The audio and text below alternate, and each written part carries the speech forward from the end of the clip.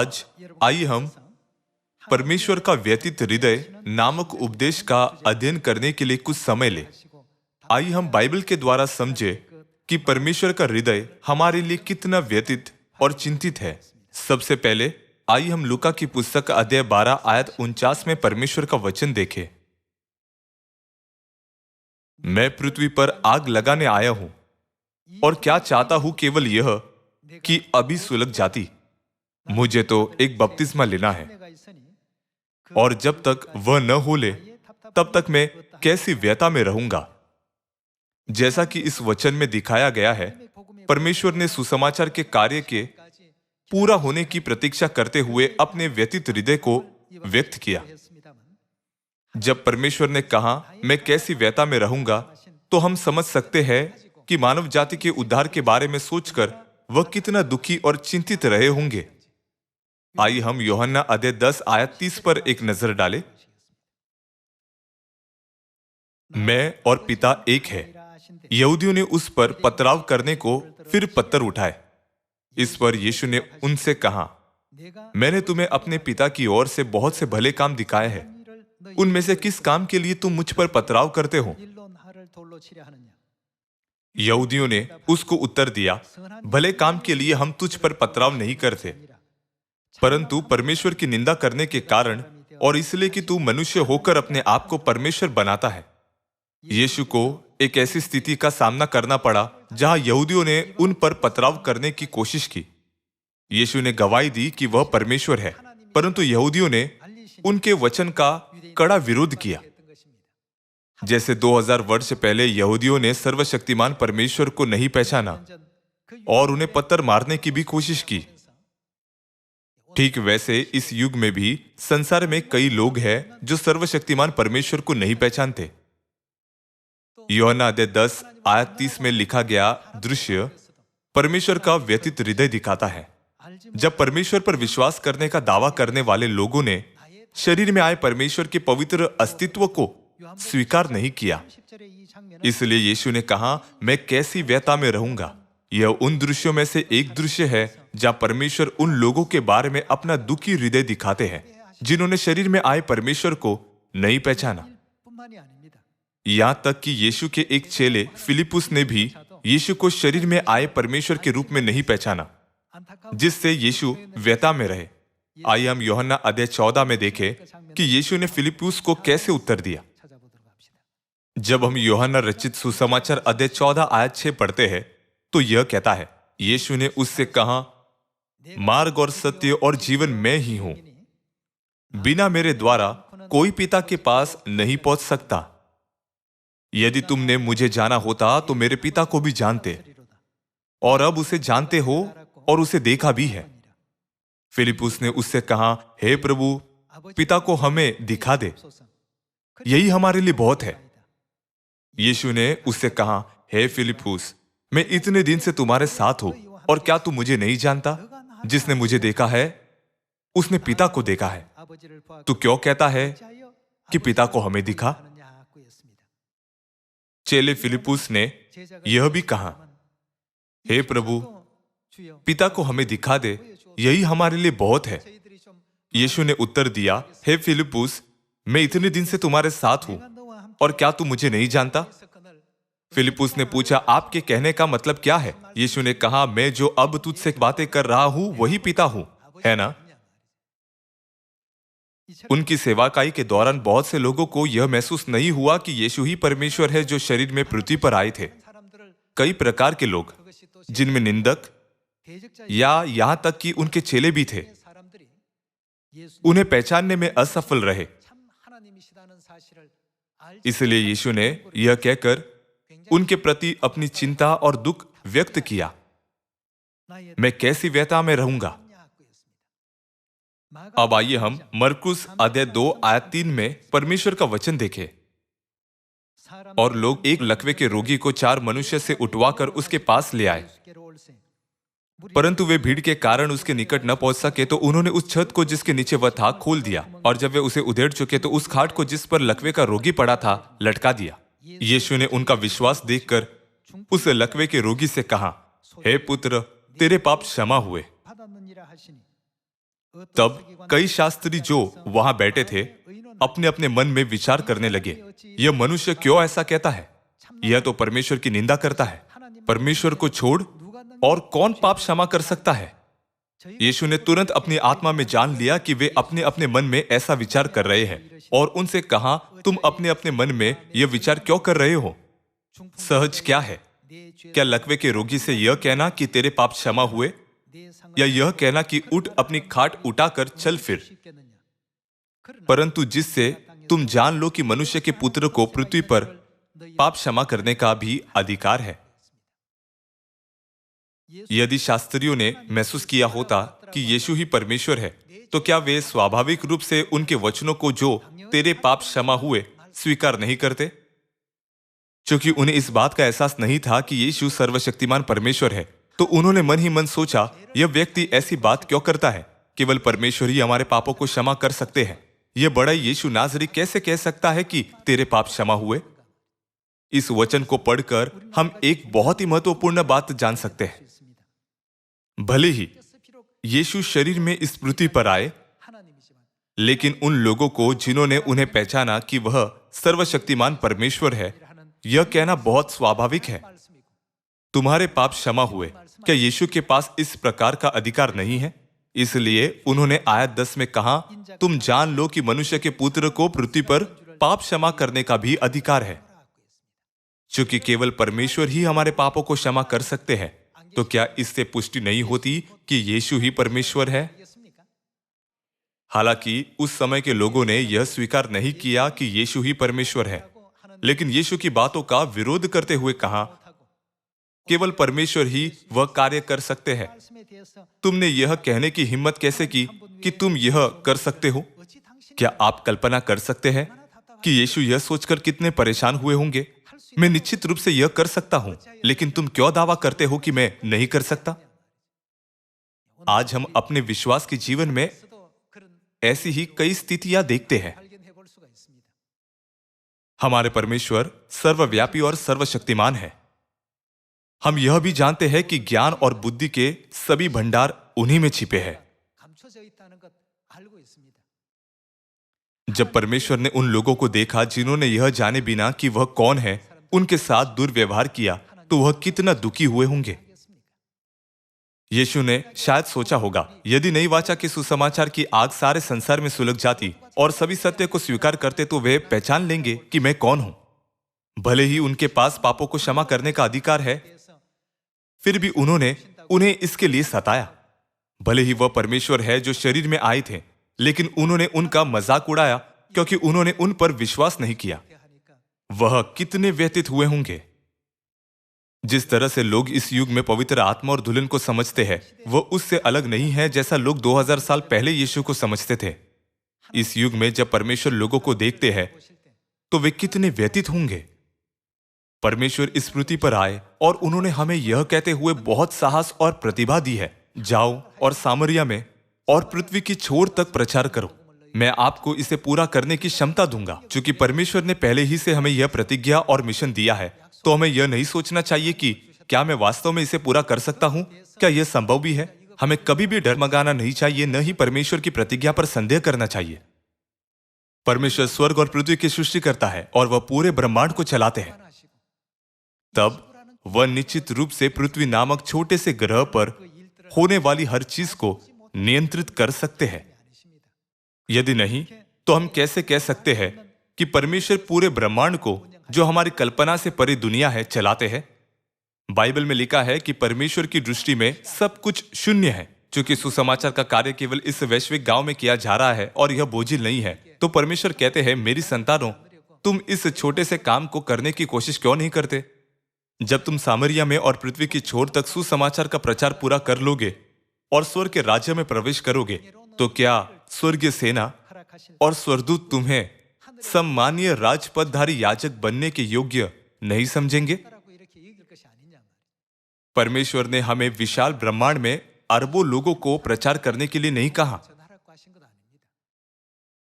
परमेश्वर के अनुग्रह के कारण उन्होंने हमें केवल इस छोटी सी पृथ्वी पर, जो परमेश्वर की दृष्टि में शून्य है, सुसमाचार का प्रचार करने के लिए कहा है।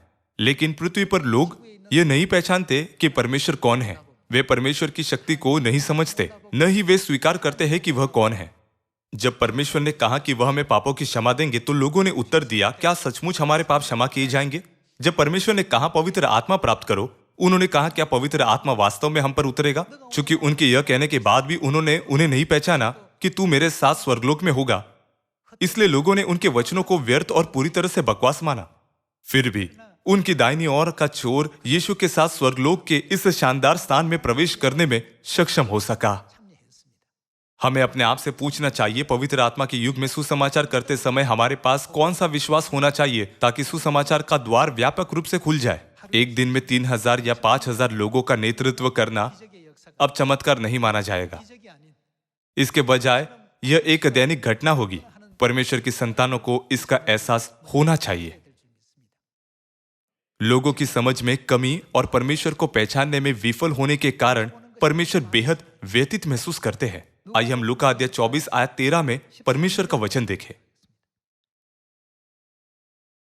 उसी दिन उनमें से 2 जन इमाउस नामक एक गांव को जा रहे थे, जो यरूशलेम से कोई 7 मील की दूरी पर था। वे इन सब बातों पर जो हुई थी आपस में बातचीत करते जा रहे थे। और जब वे आपस में बातचीत और पूछताछ कर रहे थे, तो यीशु आप पास आकर उनके साथ हो लिया, परंतु उनकी आंखें ऐसी बंद कर दी गई थी कि उसे पहचान न सके। उसने उनसे पूछा, ये क्या बातें हैं जो तुम चलते चलते आपस में करते हो? वे उदास से खड़े रह गए। यह सुनकर उनमें से क्लियोपास नामक एक व्यक्ति ने कहा, क्या तू यरूशलेम में अकेला परदेसी है, जो नहीं जानता कि इन दिनों में उसमें क्या क्या हुआ है? उसने उनसे पूछा, कौन सी बातें? उन्होंने उससे कहा, यीशु नाज़री के विषय में, जो परमेश्वर और सब लोगों के निकट काम और वचन में सामर्थी भविष्यवक्ता था। और प्रधान याजकों और हमारे सरदारों ने उसे पकड़वा दिया कि उस पर मृत्यु की आज्ञा दी जाए और उसे क्रूस पर चढ़वाया, परंतु हमें आशा थी कि यह इजराइल को छुटकारा देगा। इन सब बातों के सिवाय इस घटना को हुए तीसरा दिन है, और हम में से कई स्त्रियों ने भी हमें आश्चर्य में डाल दिया है, जो बोर को कब्र पर गई थी और जब उसका शव न पाया तो यह कहते हुए आई कि हमने स्वर्गदूतों का दर्शन पाया जिन्होंने कहा कि वह जीवित है। तब हमारे साथियों में से कई एक कब्र पर गए और जैसा स्त्रियों ने कहा था वैसा ही पाया, परंतु उसको न देखा। यीशु कितने व्यथित हुए होंगे। तब उसने उनसे कहा, हे निर्बुद्धियों और भविष्यद्वक्ताओं की सब बातों पर विश्वास करने में मंदमतियों। जब यीशु लूका और क्लियोपास नामक अपने 2 चेलों के साथ इमाउस नामक गांव की ओर चले, तो वह व्यथित हो गए और कहा, मैंने भविष्यद्वक्ताओं के द्वारा बहुत बार भविष्यवाणी की थी कि मुझे दुख उठाकर मरे हुओं में से जी उठना अवश्य है। हे निर्बुद्धियों और भविष्यद्वक्ताओं की सब बातों पर विश्वास करने में मंदमतियों।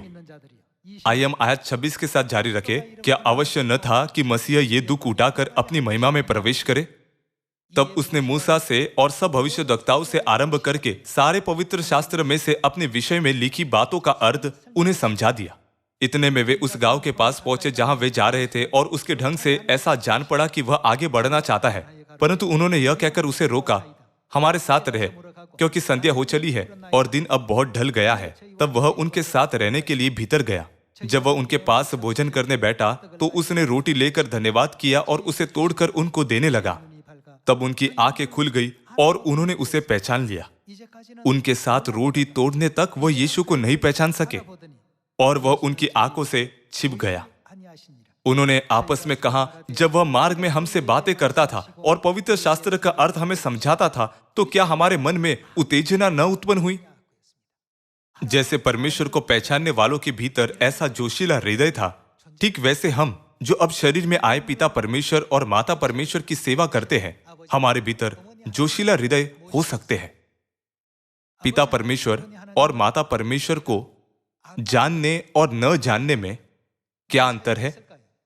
कुछ लोग केवल परमेश्वर को ज्ञान के रूप में समझते हैं और कुछ अपने ज्ञान को विश्वास में बदल सकते हैं।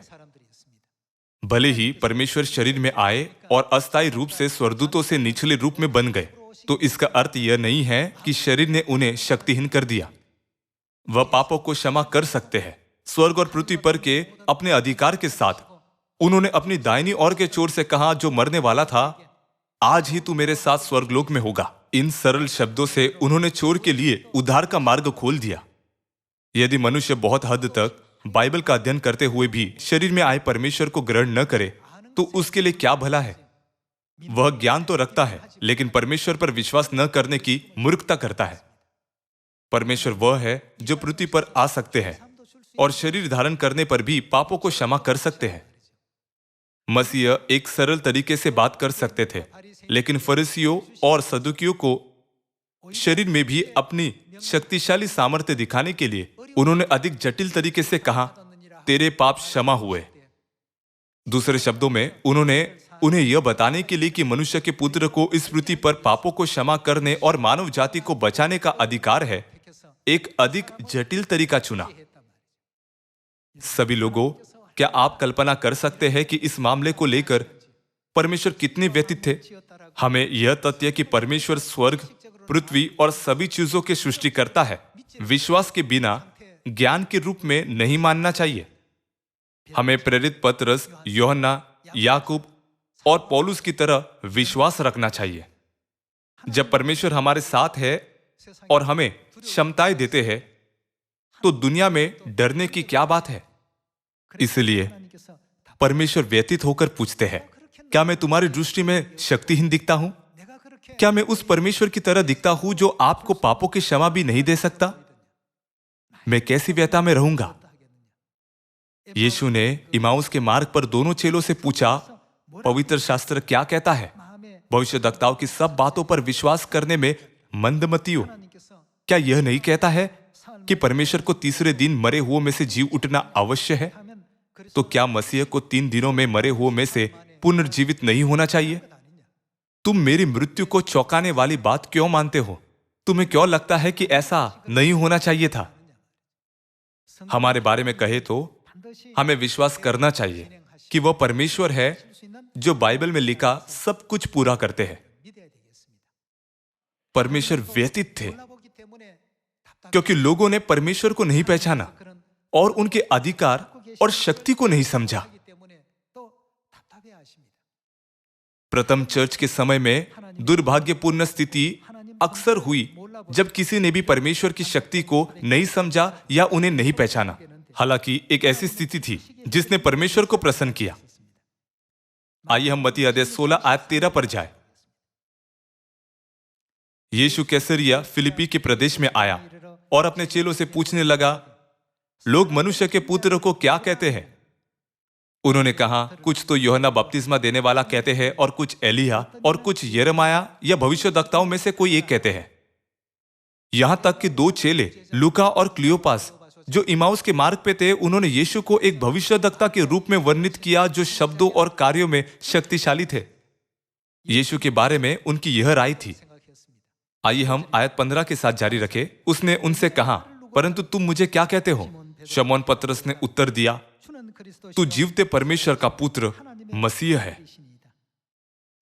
व्यथा से भरे हुए यीशु के जीवन में पतरस ने सबसे अच्छा उत्तर दिया। आइए हम आयत 17 के साथ जारी रखें।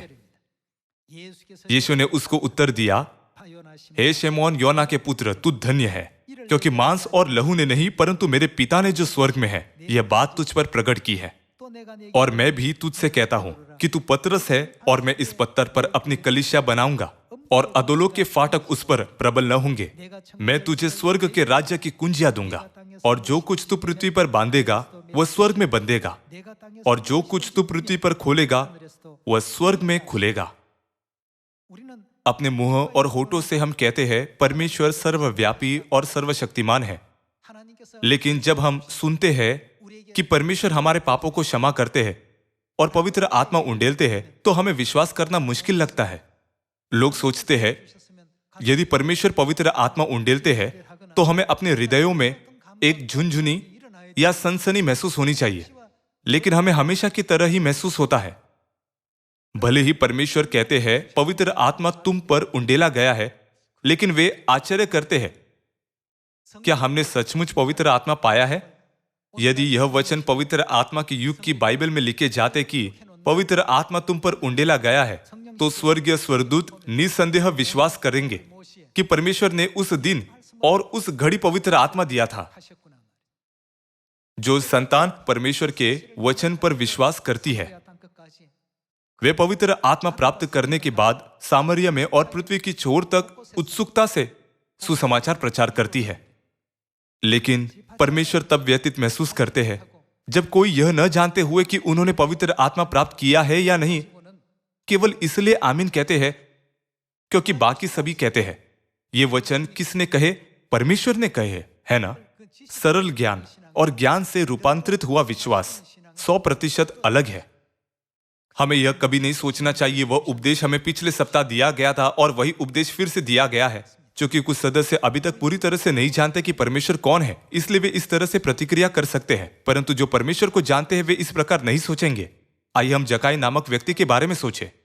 जब परमेश्वर ने कहा कि वह उसके घर आएंगे, तो क्या उसने इसे अपने परिवार के लिए एक बड़ा सम्मान नहीं माना? मरियम के बारे में क्या? उसने यीशु के पैरों पर बहुमूल्य और महंगा इत्तर उंडेल दिया। यीशु के प्रति उसका रवैया क्यों इतना ईमानदार था? ऐसा इसलिए था क्योंकि वह विश्वास करती थी कि यीशु ही परमेश्वर है। चूंकि परमेश्वर संसार को बचाने के लिए पृथ्वी पर आए और हमें हमारे उद्धार के लिए कई मिशन दिए, तो हमें हमेशा पतरस के समान स्पष्ट उत्तर देना चाहिए, जिसने यीशु को परमेश्वर के रूप में पहचाना और उनसे कहा था, हे प्रभु, आप जीवित परमेश्वर के पुत्र मसीह है। आइए हम यूहन्ना अध्याय 6 आयत 65 से पढ़े। और उसने कहा, इसलिए मैंने तुमसे कहा था कि जब तक किसी को पिता की ओर से यह वरदान न दिया जाए, तब तक वह मेरे पास नहीं आ सकता। इस पर उसके चेलों में से बहुत से उल्टे फिर गए और उसके बाद उसके साथ न चले। तब यीशु ने उन 12 से कहा, क्या तुम भी चले जाना चाहते हो? शमौन पतरस ने उसको उत्तर दिया, हे प्रभु, हम किसके पास जाए? अनंत जीवन की बात है तो तेरे ही पास है, और हमने विश्वास किया और जान गए हैं कि परमेश्वर का पवित्र जन तू ही है।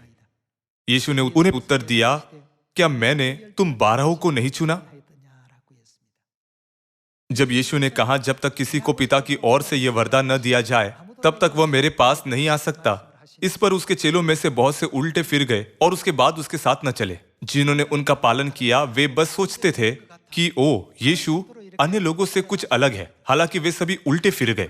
जब यीशु का पालन करने की बात आती है तो अनुयायी की संख्या कोई मायने नहीं रखती, लेकिन विश्वास रखना मायने रखता है। पतरस ने कहा, हे प्रभु, हम किसके पास जाए? अनंत जीवन की बात है तो आप ही के पास है, हम तो आपको कभी नहीं छोड़ सकते।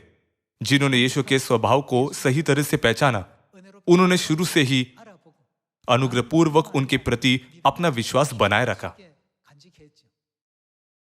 उन्होंने सोचा, यीशु सर्वशक्तिमान परमेश्वर है जिन्होंने आकाश और पृथ्वी को बनाया। वह जो कुछ भी करते हैं उसमें उनकी महान इच्छा होगी, इसलिए मैं प्राण देने तक उनका पालन करूंगा। इस युग में हमें इस प्रकार की मानसिकता को एक बार फिर अपने हृदयों पर उत्कीर्ण करनी चाहिए। हमें उन यहूदियों के उदाहरणों से सबक सीखना चाहिए जिन्होंने यीशु की निंदा की और यीशु को नहीं पहचाना, और जो क्षण भर के लिए उनके पीछे हो लिए और उल्टे फिर गए। दूसरे शब्दों में, जो लोग उल्टे फिर गए वे वह थे जिन्होंने बपतिस्मा लिया लेकिन अंत तक अपना विश्वास नहीं रखा। उन्होंने परमेश्वर को व्यतीत किया। परमेश्वर कहते हैं, जब तुम दौड़ पूरी कर लोगे तब तुम स्वर्ग के महिमा में राज्य को देखोगे। तुम उस शानदार भविष्य से चकित होगे जो तुम्हारी आंखों के सामने प्रकट होगा। इस अस्थायी और पापमय संसार में तल्लीन होकर तुम कैसे आसानी से शानदार महिमा को दूर फेंक सकते हो? क्या यह हमारे परमेश्वर नहीं है जो हमें यह प्रतिज्ञा देते हैं? लेकिन वे न तो परमेश्वर को पहचानते हैं न ही उनकी शक्ति को। वे परमेश्वर की क्षमता को महसूस नहीं करते जो सब कुछ पूरा करने में सक्षम है। इस पाप में संसार में तल्लीन होने का विश्वासघाती व्यवहार परमेश्वर को न जानने से आता है। हमें कभी भी उन लोगों के पदचिन्हों पर नहीं चलना चाहिए जो 2000 साल पहले रहते थे, है ना? यह लिखा गया था, परमेश्वर ने सारे पवित्र शास्त्र में से अपने विषय में लिखी बातों का अर्थ उन्हें समझा दिया।